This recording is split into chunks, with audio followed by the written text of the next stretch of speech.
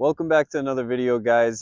Today I will be going over my top 5 likes and dislikes on the Q60 Redsport.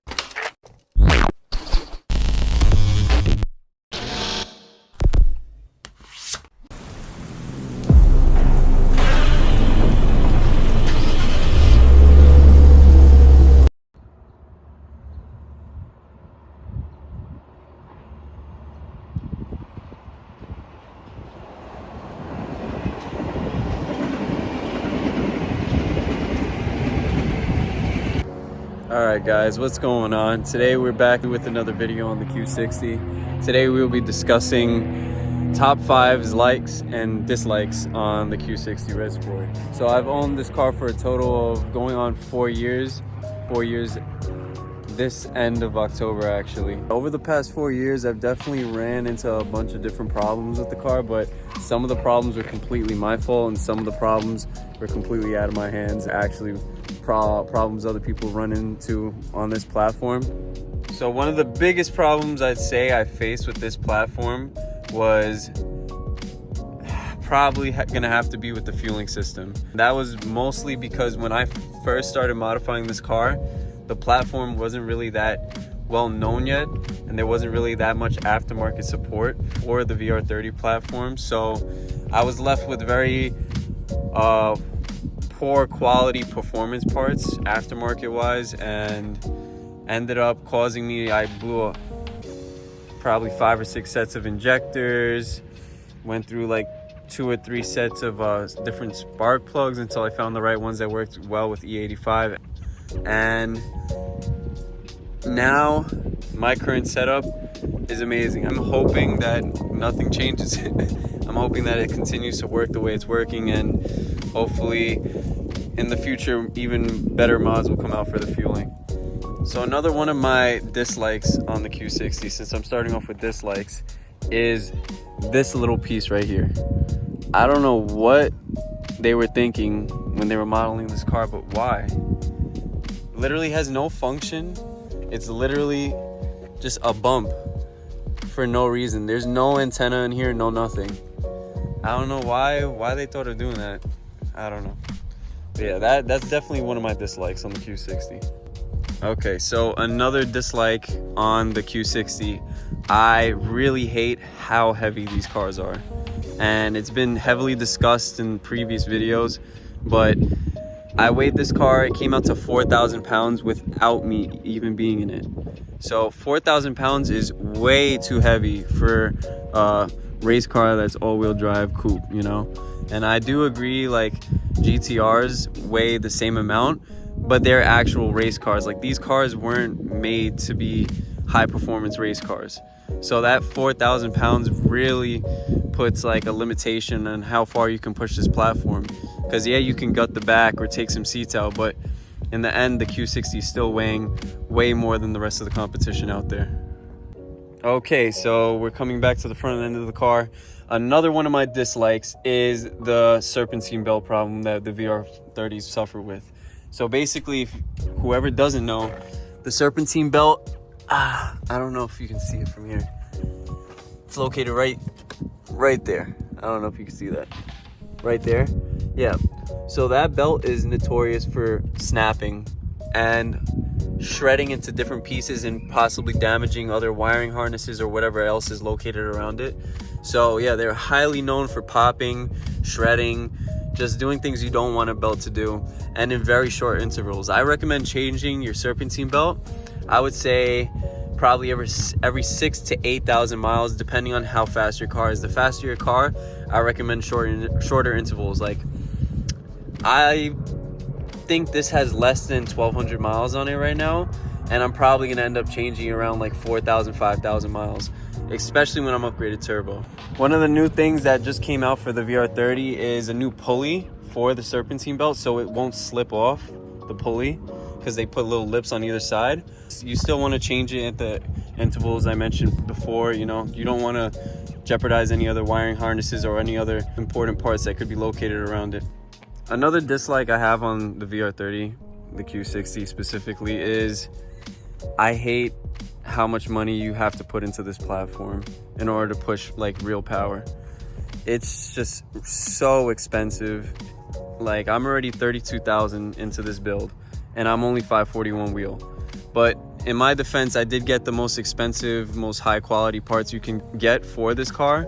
So that's why I'm like the higher end of the budget of 32,000.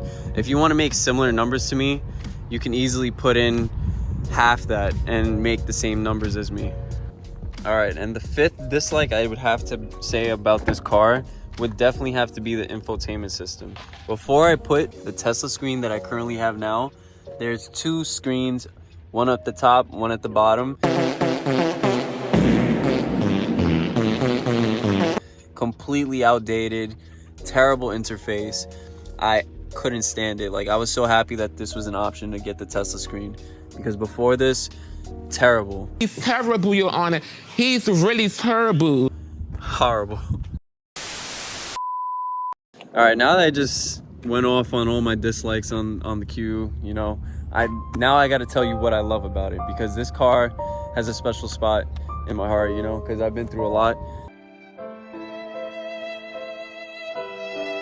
And I pretty much used the process of building this car to like kind of help what I had kind of damaged inside of me. So it means a lot more to me than a car at the end of the day. Now I'm gonna go into my likes on the car. Okay, now one of the things I'm gonna start off by saying is I love the way the Q60 looks. It has to be one of the most aesthetically pleasing cars. It's before and after modifications, cosmetic wise.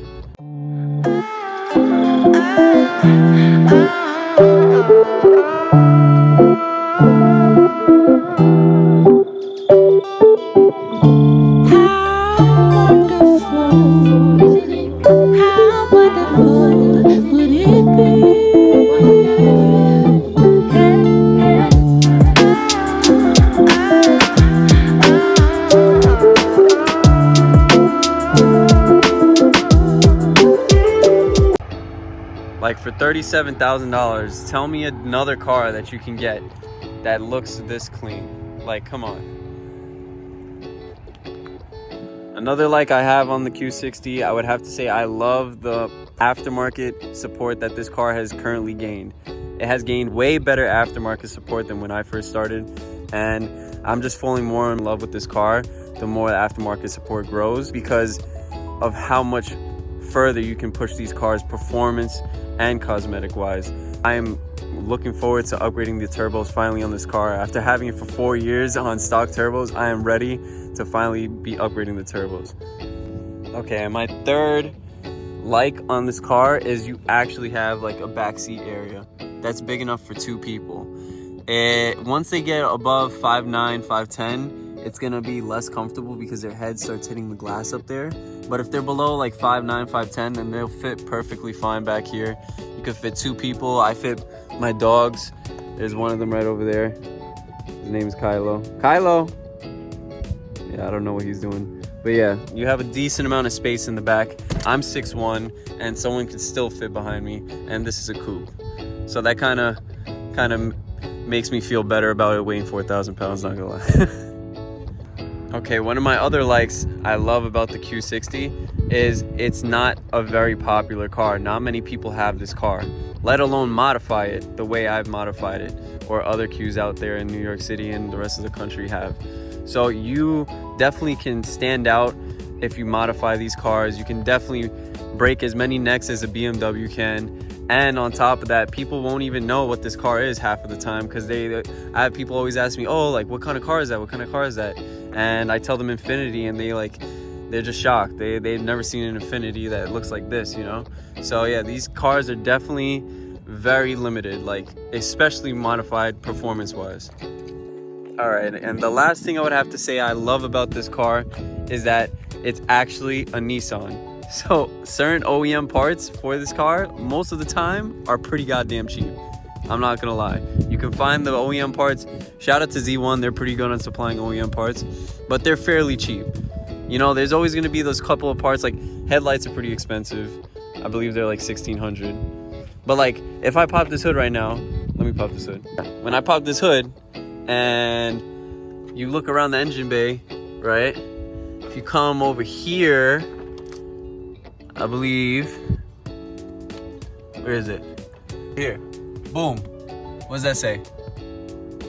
It says Nissan. Why is it backwards?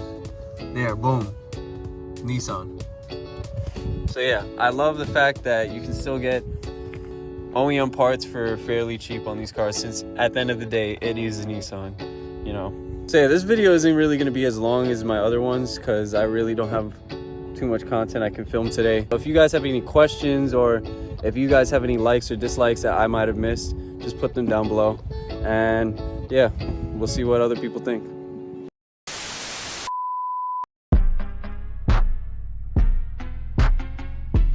I got it.